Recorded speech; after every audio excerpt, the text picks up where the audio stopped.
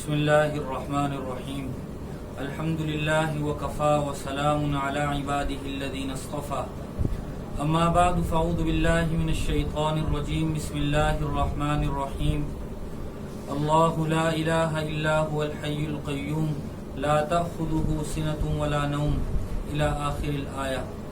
وقال النبی صلی اللہ علیہ وسلم من قرأ آیت الکرسی دبر کل صلاة مکتوبة لم يمنعه من دخول الجنة الا الموت او کما قال صلی اللہ علیہ وسلم. محترم بزرگوں اور دوستو، اللہ تبارک و تعالی نے اس کائنات کو وجود بخشا اور اس میں انسانوں کو پیدا فرمایا. انسانوں کی رہنمائی کے لیے اللہ تبارک و تعالی نے دو سلسلے جاری فرمائے.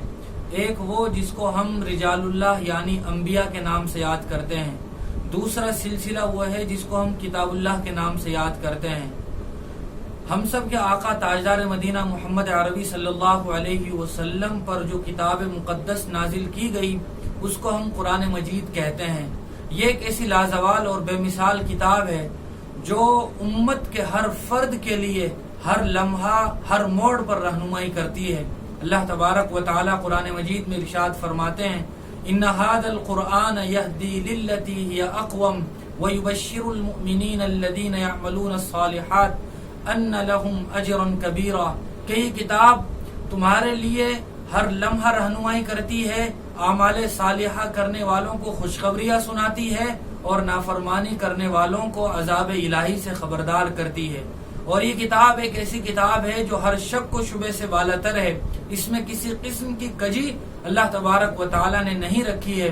الحمدللہ الذی انزل علی عبدہ الکتاب ولم یجعل لہ عوجا. اس لیے ہر مسلمان اس کتاب کو اپنا رہنما بنائے، آئیڈیل بنائے.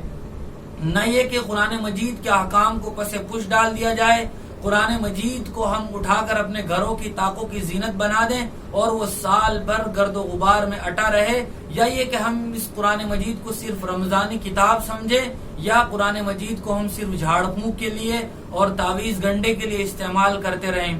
قرآن مجید یہ ایک اسلامی دستور ہے، منشور ہے، جو امت مسلمہ ہی نہیں بلکہ اس دنیا کے ہر فرد کے لیے ایک دستاویزی کتاب کی حیثیت رکھتی ہے. اللہ تبارک و تعالی نے جہاں نبی کریم صلی اللہ علیہ وسلم کو قیامت تک آنے والے ہر انسان کے لیے نبی بنا کر بھیجا، قرآن مجید کو بھی اللہ تبارک و تعالی نے ہر فرد امت کے لیے نازل فرمایا.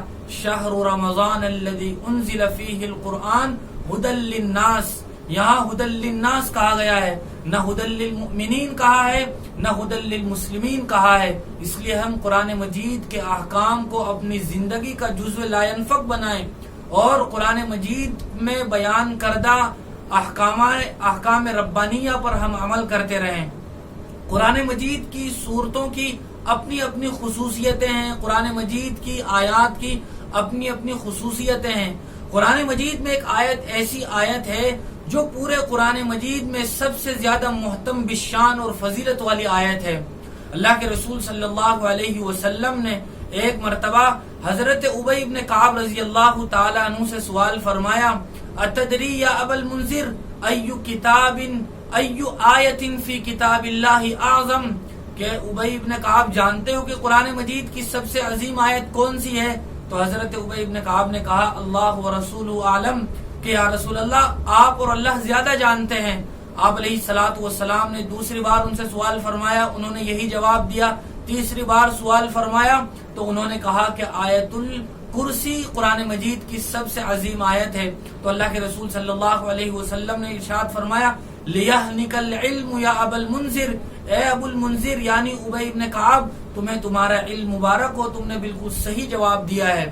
لہذا اس حدیث کے ذریعے سے یہ بات معلوم ہو گئی کہ آیت الکرسی سب سے زیادہ فضیلت والی اور عظیم آیت ہے. بلکہ اللہ کے رسول صلی اللہ علیہ وسلم نے آیت الکرسی کی فضیلت بیان کرتے ہوئے اپنی حدیث میں ارشاد فرمایا من قرأ آیت الکرسی دبر کل صلاۃ مکتوبۃ لم یمنعہ من دخول الجنۃ الا الموت. کہ جو آدمی بھی ہر فرض نماز کے بعد آیت الکرسی پڑھنے کا اہتمام کرے گا تو تو کوئی چیز سوائے موت کے جنت میں داخل ہونے سے اسے روک نہیں سکتی۔ اسی طرح ایک روایت میں نبی پاک صلی اللہ علیہ وسلم نے ارشاد فرمایا من قرأ آیت الکرسی وفاتحة المؤمن الى قوله غافر الذنب وقابل التوب شدید العقاب ذی الطول لا الہ الا هو الیہ المصیر لم یر شیئا یکرہه حتی یمسی ومن قرأها حین یمسی لم یر شیئا یکرہه حتی یصبح۔ آپ علیہ الصلوۃ والسلام نے ارشاد فرمایا کہ جو آدمی شام کے وقت آیت الکرسی اور سورۃ المؤمن کی ابتدائی آیات الیہ المصیر تک پڑھے گا تو صبح تک اس کی جانب سے اللہ تبارک و تعالی حفاظت کا سامان کر دیں گے، اور جو آدمی صبح کو پڑھے گا تو شام تک اللہ تبارک و تعالی اس کی حفاظت فرماتے رہیں گے۔ بلکہ ایک مشہور واقعہ آیت الکرسی سے متعلق احادیث میں منقول ہے کہ ایک مرتبہ جناب نبی کریم صلی اللہ علیہ وسلم نے حضرت ابو ہریرہ رضی اللہ تعالی عنہ کو صدقے کے مال کا نگراں مقرر کر دیا۔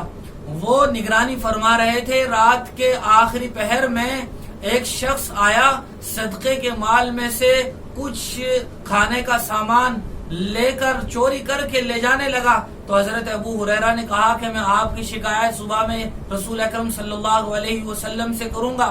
تو اس شخص نے اپنی غربت کا اور اپنی عاجزی و انکساری کا اظہار کیا اور یہ کہا کہ میرے بال بچے ہیں اور میں بہت ہی سخت محتاج ہوں، میرا کوئی ذریعہ معاش نہیں ہے۔ اس طرح اس نے اپنے لیے غربت کا اظہار کیا۔ تو حضرت ابو ہریرہ رضی اللہ تعالی عنہ نے ترس کھا کر اس کو چھوڑ دیا۔ صبح جب وہ خدمت نبی میں حاضر ہوئے تو آپ علیہ الصلوۃ والسلام نے ان سے ارشاد فرمایا ما فعل اسیرک البارحہ، کہ رات میں جو آدمی تمہارے پاس آیا تھا اس کا کیا ہوا؟ پورا واقعہ حضرت ابو ہریرہ نے آپ علیہ الصلوۃ والسلام سے بیان کیا تو آپ نے فرمایا کہ وہ آدمی جھوٹا تھا، پھر بھی وہ تمہارے پاس آئے گا۔ دوسری رات حضرت ابو ہریرہ کے ساتھ یہی واقعہ ہوا، وہ آدمی آیا، سامان چرا کر کے چلنے لگا اور پھر اس نے اسی اپنی حاجت مندی کا ان کے سامنے رونا رویا۔ تو حضرت ابو ہریرہ نے پھر چھوڑ دیا اور کہا کہ میں اللہ کے رسول سے آپ کے سے متعلق نقل کروں گا۔ صبح کو جب وہ خدمت نبی میں حاضر ہوئے آپ صلی اللہ علیہ وسلم نے پھر پوچھا ما فعل اسیرک البارحہ، انہوں نے پھر وہی بات اور پورا قصہ نقل فرما دیا۔ اللہ کے رسول صلی اللہ علیہ وسلم نے ارشاد فرمایا کہ وہ آدمی جھوٹا تھا اور وہ آپ کے پاس پھر آئے گا۔ تیسری رات یہی بات ہوئی، وہ آدمی آیا اور سامان چرا کے چلنے لگا۔ حضرت ابو ہریرہ نے پکڑا اور شکایت کی، انہیں بات کہی تو انہوں نے کہا کہ میں تمہیں چند کلمات سکھاتا ہوں، اگر تم انہیں محفوظ کر لو گے تو تمہارا سامان ہر قسم کی دوسروں کی چوری سے محفوظ رہے گا۔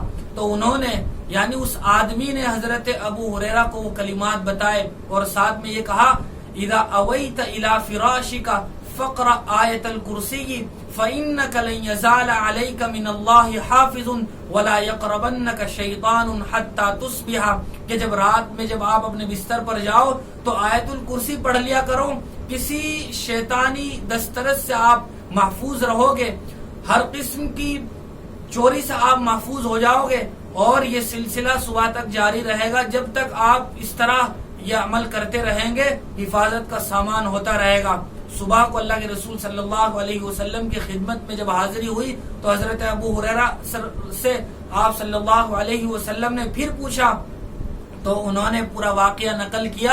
اللہ کے رسول صلی اللہ علیہ وسلم نے ارشاد فرمایا کہ ہاں وہ آدمی جھوٹا ہے لیکن اس نے یہ بات بالکل سچ کہی ہے آیت الکرسی کے بارے میں۔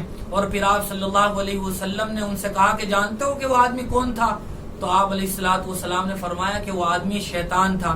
اس واقعے سے بھی آیت الکرسی کی فضیلت اور عظمت کا پتہ چلتا ہے، اس لیے ہم میں سے ہر شخص اس بات کا اہتمام کرے کہ وہ صبح شام اس آیت الکرسی کا ورد کرے، ہر نماز کے بعد اس کی تلاوت کرے، اور خود بھی اہتمام کرنے کے ساتھ ساتھ اپنے گھر کے ہر فرد کو مزبانی اور حفظ یہ آیت یاد کرائے، جس کے نتیجے میں ہم برکات کا اور رحمتوں کا نزول اپنی آنکھوں سے دیکھیں گے۔ ہم میں سے بہت سارے آدمیوں کو شکایت ہوتی ہے کہ رات میں نیند نہیں آتی، نیند آتی ہے تو ڈراؤنے خواب آتے ہیں۔ تو اس طرح کی بیماریوں سے اور اس طرح کی الجھنوں سے بچنے کے لیے بھی آیت الکرسی میں ہمارے لیے نسخہ شفا ہے۔ جس طرح قرآن مجید یہ روحانی بیماریوں کے لیے نسخہ شفا ہے، اسی طرح یہ بخار کے لیے، کینسر کے لیے، بیماریوں کے لیے بھی نسخہ شفا ہے۔ اللہ تبارک و تعالی ارشاد فرماتے ہیں یا ایھا الناس قد جاءتکم موعظۃ من ربکم وشفاء لما فی الصدور، کہ یہ قرآن مجید تمہارے لیے رہنما اور نصیحت کی کتاب ہے اور تمہارے لیے شفا کا ذریعہ ہے۔ اس لیے آج ہم میں سے ہر آدمی اس بات کا عزم مصمم کرے کہ میں اپنی پوری زندگی اس آیت کو حرز جاں بنا لوں گا اور اس کا زندگی بھر اہتمام کرتا رہوں گا۔ اللہ تعالی مجھے بھی اور آپ کو بھی عمل کرنے کی توفیق نصیب فرمائے۔ وآخر دعوانا ان الحمد للہ رب العالمین۔